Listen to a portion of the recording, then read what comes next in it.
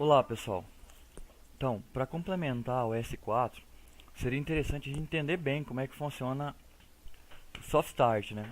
Aí eu vou discutir rapidinho aqui sobre o funcionamento dele, algumas características importantes que vai fazer total sentido quando a gente vai naquele circuito lá e tentar identificar o defeito. Então vamos lá, eu vou voltar aqui bem no início do capítulo onde ele fala sobre a chave Soft Start. Só um momento. Aqui. Ele começa aqui no capítulo 9 falando sobre Soft Start. E aqui ele fala as finalidades dela, o funcionamento dela, como é que funciona. E aqui ele mostra o display aqui todinho aqui, os botões, onde estão cada parte dela e o que significa cada um. Eu vou passar mais um slide para frente, porque aqui vai ficar mais legal para a gente entender o funcionamento dela. Passar para frente mais um aqui. Aqui ele está mostrando também como que ela funciona a questão da rampa, que a gente regula uma tensão inicial e um tempo ela vai subindo essa tensão e ela entra em plena tensão. E aí, quando eu regulo o tempo de parada, ela dá uma caída abrupta, ela vai numa declinagem mais suave até a parada total, né, que é a rampa de aceleração e desaceleração. Isso aqui seria a ideia. Aqui está mostrando essa questão de como regular aqui por esse trimpote aqui, o ajuste da rampa. E tirar um pouquinho do zoom, a parte aqui que eu queria mostrar, que é a parte do funcionamento dele. Aqui ele fala também a questão da corrente nominal, da chave, em relação a do motor, como é que você faz para poder parametrizar isso. Tem que fazer essa continha, esse cálculo para poder saber em percentual na hora de parametrizar. Agora aqui, que é a parte que nos interessa. Olha só, dá um zoom aqui. Então, para colocar um soft start em funcionamento, temos que saber ajustar os parâmetros básicos e entender as ligações das entradas de alimentação e das saídas de potência. As entradas de alimentação eletrônica é o A1 e o A2, que seriam os contatos ali que alimentam toda a parte eletrônica dela. E das entradas e saídas digitais, que são as DIs, né? Nesse modelo aqui que ele está trabalhando, que é o SSW05, o que acontece? Que está instalado na esteira, no nosso caso de estudo, a entrada DI1, quando recebe tensão, ela que faz a partida suave do motor, evitando solavancos nas embalagens presentes na esteira. Então, responsável pela partida, começar a partida, não é energizar A1 e A2. Isso aqui alimenta o circuito eletrônico e permite todos os demais funcionar. Mas a chave só vai da partida do motor quando eu energizo DI1, né? Normalmente, o Soft Start possui saídas digitais disponibilizadas em forma de contato de relé, também conhecido como contato seco, que são esses contatos aqui, ó, 13, 14, 23, 24, sendo o 14/23 o contato comum, que ele pode fechar com 13 e com 24. E aí tem a lógica de fechamento, ó. O contato 13, 14, ele se fecha e permanece assim durante todo o funcionamento da Soft Start, desde a partida, passando pelo pleno funcionamento até o fim da parada do motor. Já o 23, 24 só fecha quando ele está em plena tensão. Além disso, ele tem três luzes aqui, LEDs, que vão sinalizar o estado de funcionamento. Esse primeiro aqui, que é escrito Fault, esse é um LED vermelho que avisa que aconteceu algum problema. Esse aqui que está escrito Run, ele indica que o motor está rodando em... Aí tem duas situações. Se for vermelho piscando, quer dizer que ele está operando em rampa de partida ou parado. Então ele não está em plena tensão. E quando for vermelho contínuo, atingiu a plena tensão. Já esse aqui, Read, que é um LED verde, ele vai ficar ligado a partir do momento que você energizar A1 e A2, que é a parte eletrônica. Então ele não quer dizer que está funcionando, mas ele não apaga quando estiver funcionando. Ele fica aceso o tempo todo, só não se não estiver recebendo alimentação. Então, olha só essa figura aqui, vai dar para ter uma visão legal. Ó, repara que antes de DI1 receber tensão, fechar aqui a chave, a luzinha verde já estava acesa, mas a vermelha não. Aí quando DI1 recebeu tensão, o que acontece? O motor começou a entrar em rampa e o contato 13 e 14 fechou. Aí o motor foi em rampa até chegar em plena tensão. Tá aqui, essa linha aqui contínua aqui em cima. Quando isso aconteceu, o LED vermelho parou de piscar e ficou contínuo. que é o do run. E o contato 13 e 14 continua fechado. E o 23 e 24, que estava aberto, agora fechou. Aí, o contato DI1 perdeu energia. Pá, alguém abriu ele. Quando abriu, há uma queda abrupta de tensão e começa a rampa de desaceleração. Quando começa a rampa de desaceleração, o run começa a piscar de novo. Só que o read continua verde, normalzinho, sem nenhum problema. E o contato 23 e 24 abre, porque está em rampa de aceleração. Já o 13 e 14 continua fechado. Quando o motor parou, acabou a tensão aqui, zerou, o run para de, a luz vermelha some e a luz verde continua normal e os dois contatos aqui do relé a seco se abrem, tanto 13 e 14 como 23 e 24. E é o que está escrito aqui, ó, que eu acabei de falar, é o que está escrito aqui. Agora, quando ocorrer alguma anormalidade que o SoftStart está monitorando, ele desativa a saída para o motor e as saídas auxiliares do relé 13, 14, 23 e 24 e ativa o LED vermelho Fault, que pisca indicando falha. Isso ocorre quando alguma proteção atua. Primeiro, pedir desculpa se eu estou lendo esse nome aqui errado, porque meu inglês é meio básico, é muito básico. Mas enfim, quando esse aqui aciona, esse LED, o que ele faz? Ele desativa então os relé auxiliar 13, 14, 23 e 24 e ativa esse de falta. Já os alarmes de proteção do SoftStart, que é utilizado, ele escreve aqui, ó, os que tem. Ele tem overcurrent, phase loss, phase sequence, stall e overload. Cada um desses tem uma função diferente que eu vou pular aqui brevemente, depois vocês dão uma lida.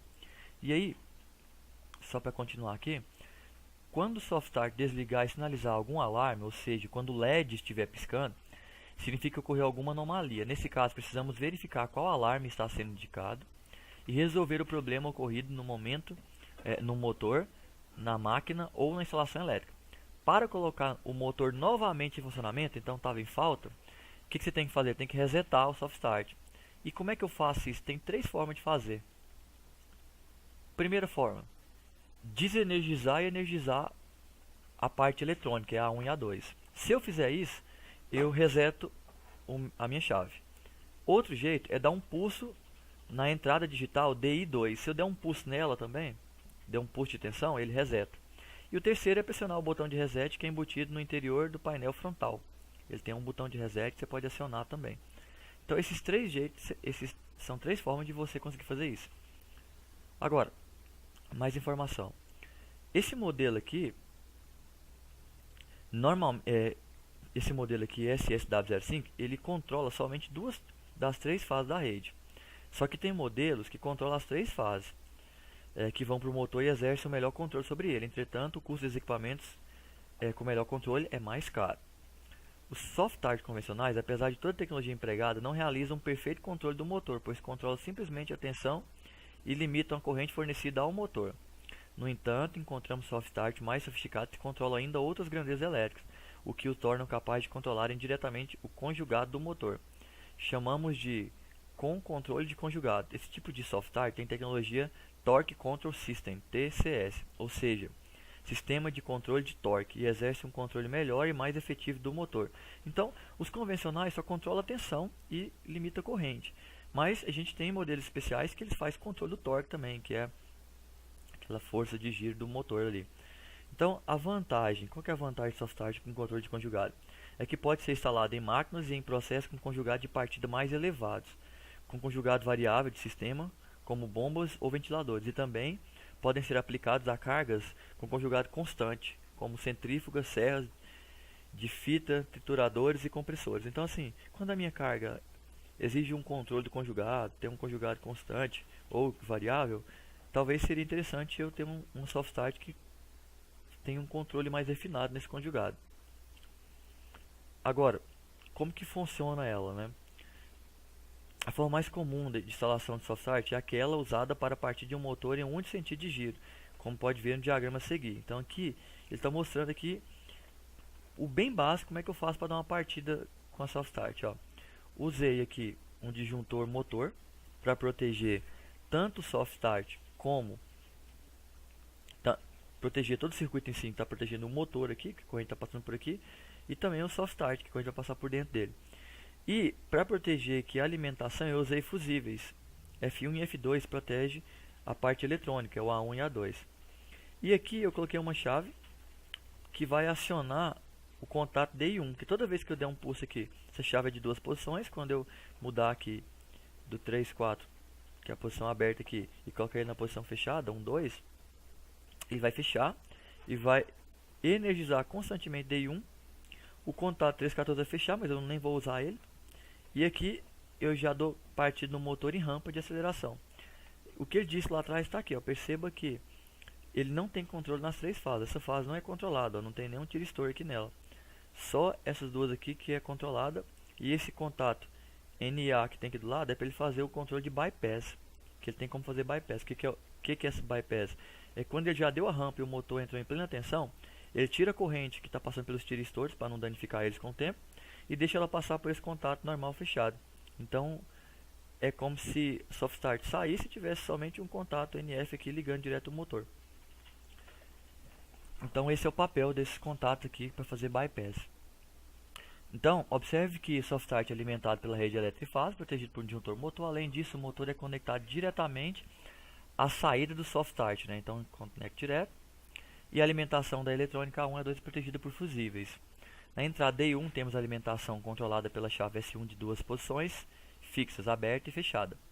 Então quando eu aciono, né, ele fecha esse contato, mas ele está dizendo que aqui nem está sendo utilizado, e nem a entrada D2, que é aquela que dá o reset.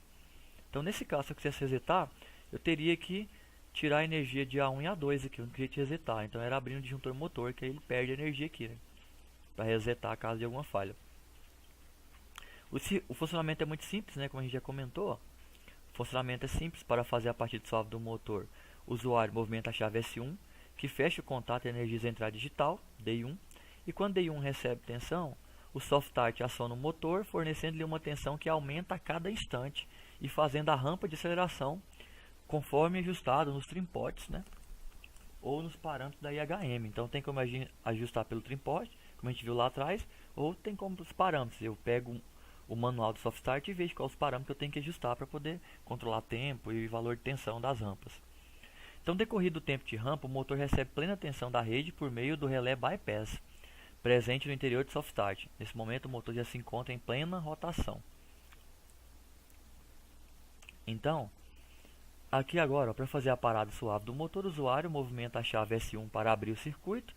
Aí, quando o DI1 perde energia, ele inicia a rampa de desaceleração, que vai reduzindo gradativamente a aceleração do motor até desenergização total, parado.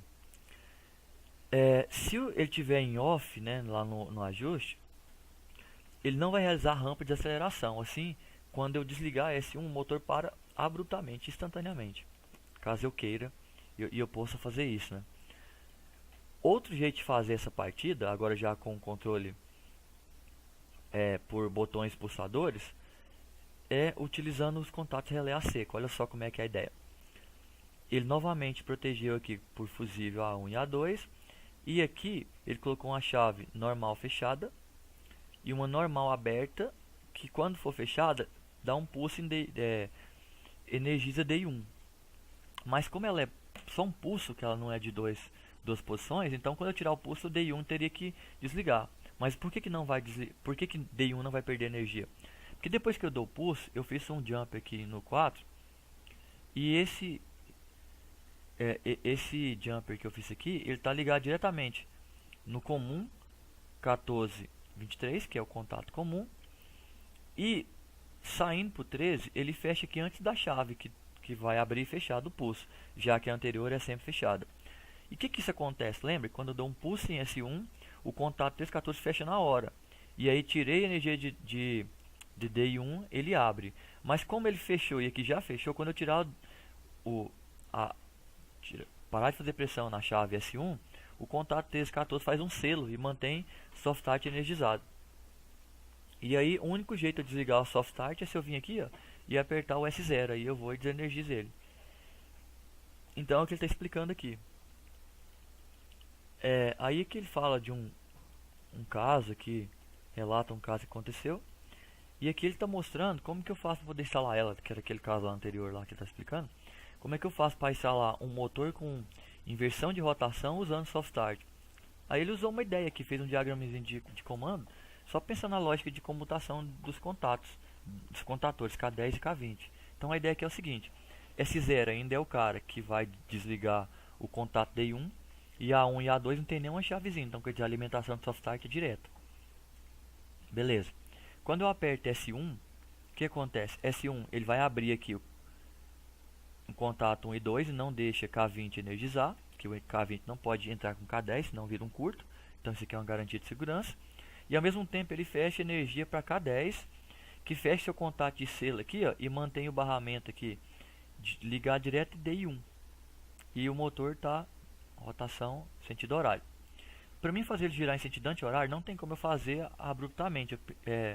Com o motor girando no sentido horário, não tem como mudar para o anti-horário direto. Eu tenho que desligar, que é o S0. Desliguei. Se ela estiver configurada para rampa de aceleração, ele vai entrar em rampa.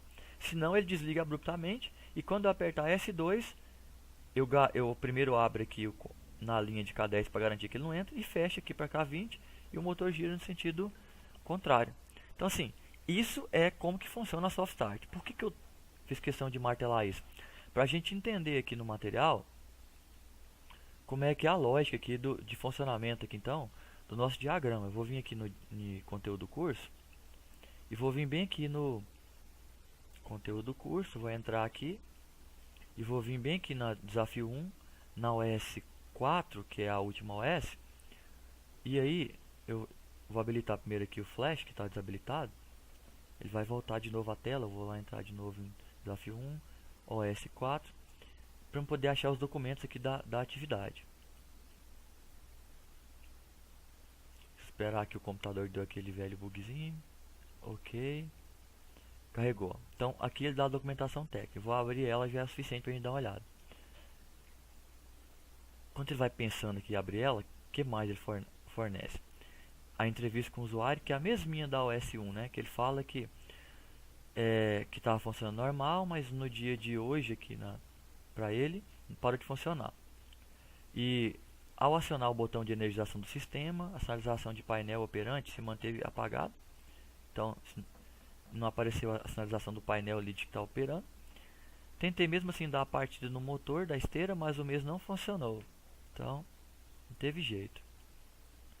E aqui circuito aqui simulado, que você pode ver que se você clicar aqui